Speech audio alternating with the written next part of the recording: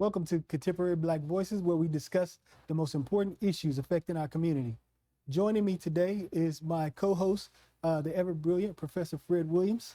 And missing today are two of our two other co-hosts. And so we're missing businessman and entrepreneur Chris Dawkins, and we're missing Dr. Sharon Michael Chadwell. And so we're definitely going to miss their insight and their brilliant contributions to our discussions. And so we also want to wish Chris safe travels. And so, as always, we want to show love to our fourth musketeer, the wizard behind the scenes, who makes everything happen, the ever-brilliant Mr. Carl Booker. And so, joining us today for our insightful discussion is our good brother and wonderful friend, Brother Baba Andar. And so, today's discussion, folks, is going to be centered around Pan-Africanism, what it is, its roots, its relevancy in our community today. And so Pan-Africanism is about creating a sense of brotherhood and collaboration amongst all people of African descent, whether they live inside or outside Africa. And so Pan-Africanism's roots come from the African people's struggle against enslavement and colonization. And so Pan-Africanism can be traced back to the first resistance on the slave ships and to the many plantation rebellions in the New World. When it came time to revolt, no one stopped and asked, what tribe are you from? Or what part of Africa were you taken from? Pan-Africanism is the belief that our unity is vital to the economic, social, and political uplift of our people. Look at what's going on in America today. Do we need unity today? Do we need economic unity? Do we need social unity? Do we need political unity today?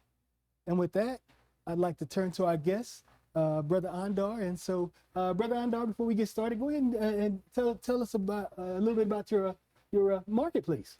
Well, thank you. First of all, I just want to thank you and Brother Fred for this opportunity to be here with y'all. Of course, you're speaking of our marketplace, which is our Buy Black Market, which we host every Saturday from 12 to 4 at 3455 Martin Luther King. Now, we have a bookstore, and our bookstore is really an African-centered bookstore, meaning that we focus on books written by African people, about African people and African Americans. And we focus on adults and children books. Because we believe that, of course, we must promote literacy as a skill that we need, but we also must promote the understanding that we must read books about ourselves.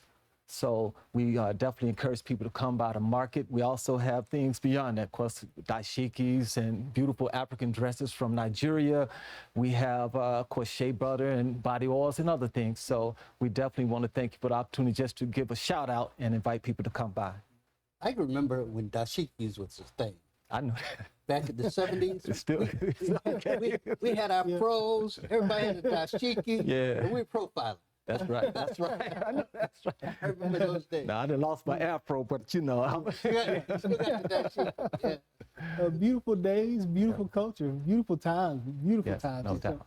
so, I thank you for letting us know about the market, and please go by there. I mean, classics, literary classics, Destruction of Black Civilization, Superman the Man, all the books by Dr. Diop. Yeah, And so yeah. please go by my marketplace and check out that bookstore and take the whole family, because there's something there for everyone. And so I do want to thank you for doing this today. I want to thank you for being here. And so just to open up the discussion and get it started. So I guess we can get it started. I want you to talk about Pan-Africanism. I want you to talk a little bit about its roots and its relevancy today.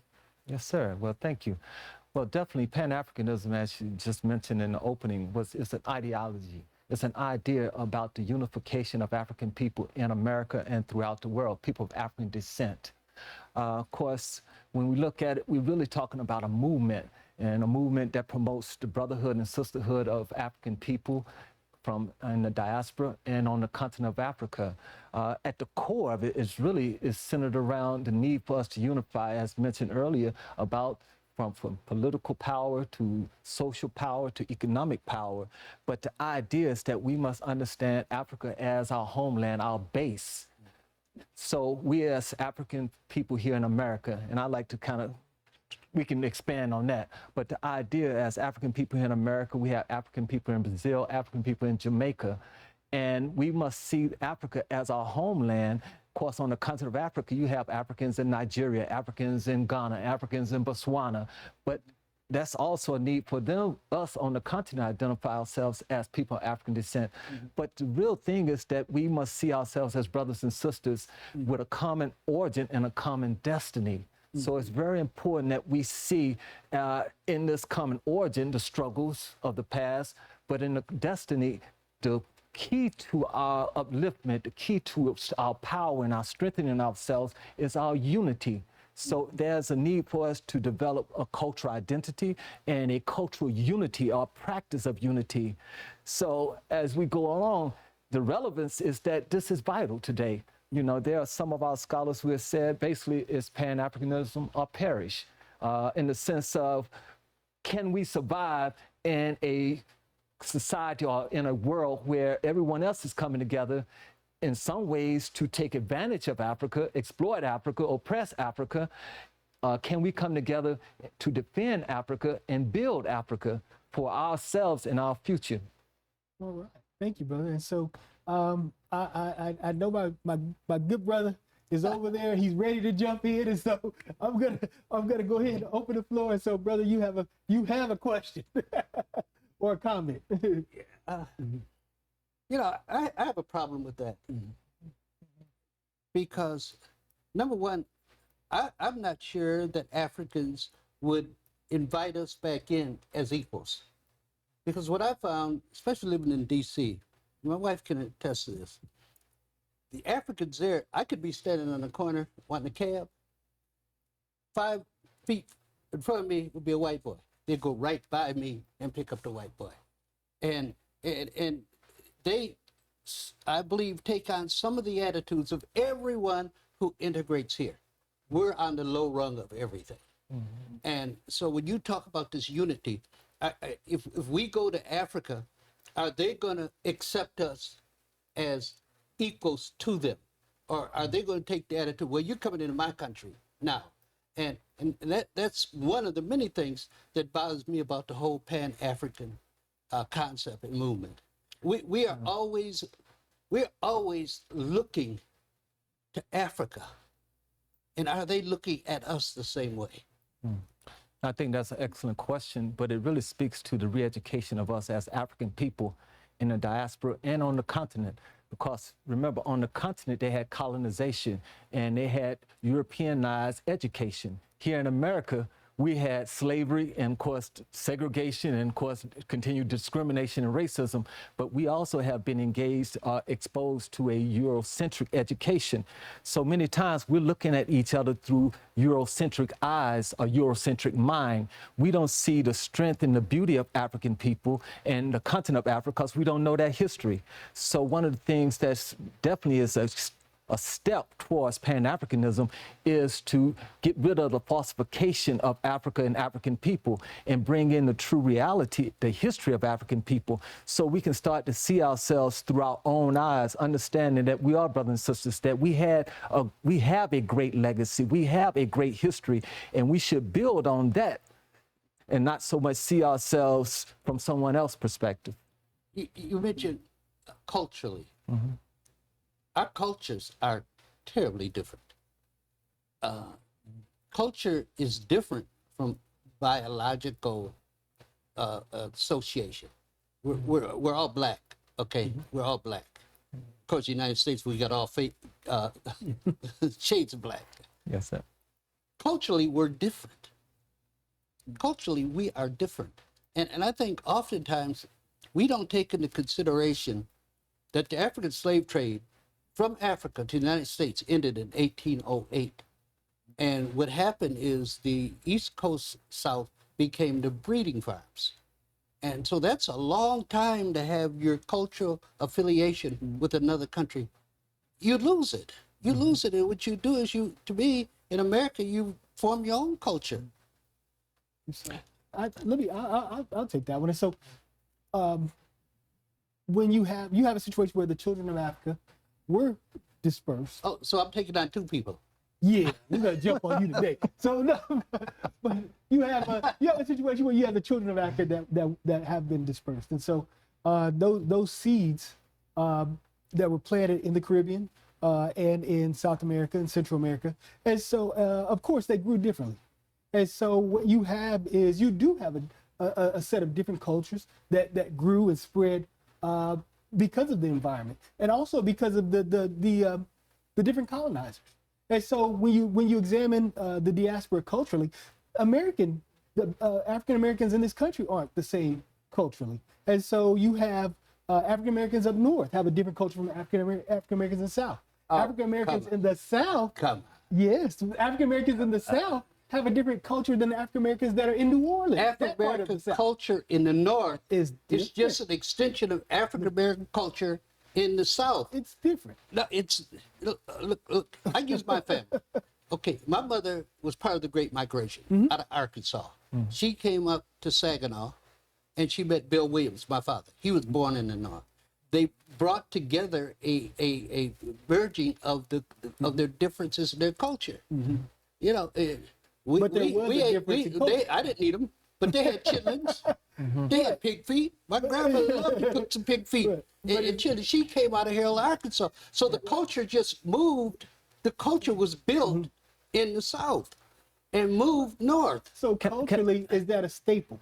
Pardon? Is that a staple in the North? The foods that are traditionally associated culturally with the South. Is that Oh, yes. That's a staple in the North. Absolutely. Definitely. Yeah. Now, but I would say this. Now, I mean, we have cultural diversity. I mean, and food is a cultural expression of culture. Yes.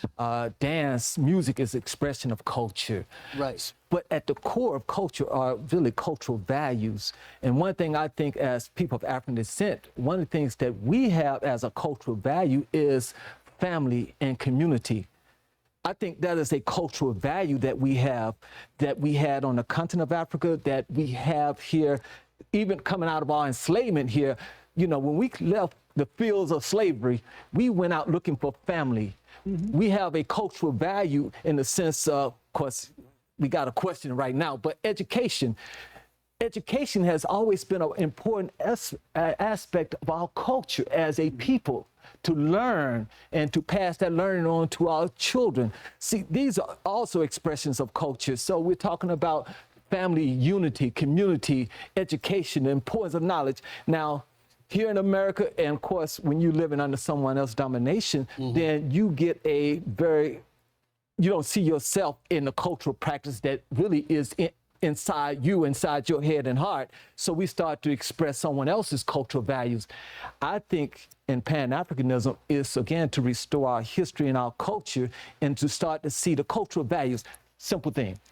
The Ma'at is the principles of truth, justice, and righteousness. These are some of the core principal values that was established in Africa, and I think it expanded throughout Africa.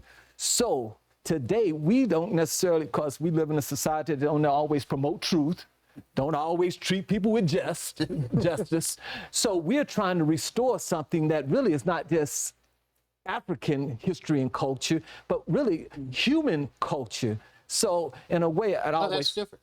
Yeah, but no, it's the same. It's the same. Human culture is more than just African culture. But the origin of, but I'm saying the origin of humanity is African people. So we established the first practice of culture and the values of culture. So everything else after that has taken us on, or they have rejected our cultural values. Well, there would be those, I don't want to go and get into that. There'd be those who differ with you on that. Right. Now, you talk about family. What has happened to us in this country is that value is being lost. That value is being lost. More of our children are born out of wedlock than in wedlock. And some sociologists are talking about our culture becoming just a one parent family situation. It seems to me we have to address that first in this country before we start talking about tying up with the rest of Black people all over the world. But I say again is that what we have embraced is someone else's cultural values and ideas. I'm just suggesting that we as a people are now more immersed in someone else's identity and cultural practices than we are in ourselves. Brother, I have to disagree with you on that. Okay, well, we have a culture. We have a culture. Our culture was built on having a common enemy, and that was oppression in the South, white folks. I mean, our culture is blues, when they went to Harlem, they started jazz and blues, and then you come up to rhythm and blues. Then you go into right today, the rap. They are taken from our culture. We're not taken from them anymore. Seems though they try to emulate us.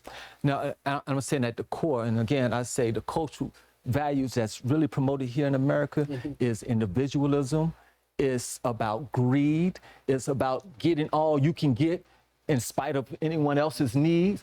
See, these are some of the cultural values I think that are pushed here in America, and we see it in the sense that you see the divide wealth. You have a few people who are very wealthy, billionaires, and you have a lot of people who are barely making it, and a lot of people who are living in poverty because you're living in a cultural value system that promotes do for self. I'm gonna get all I can, and regardless of what you need, I'm gonna take food off your plate if I have to, you know, just to have a little extra.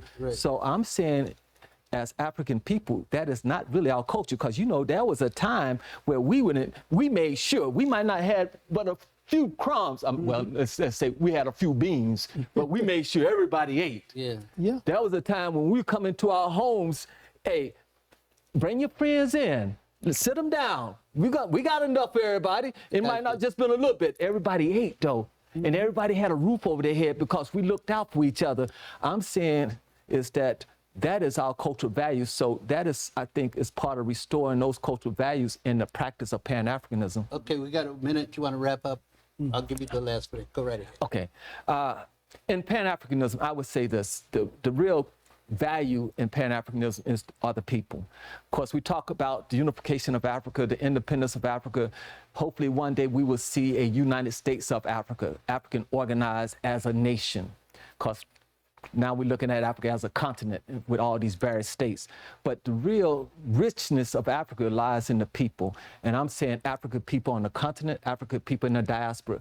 Us here in America have a very important role to play in the promotion of Pan-Africanism and the unification of African people throughout the world. But we must first embrace ourselves as Africans. Okay. Caleb, you want to close it out?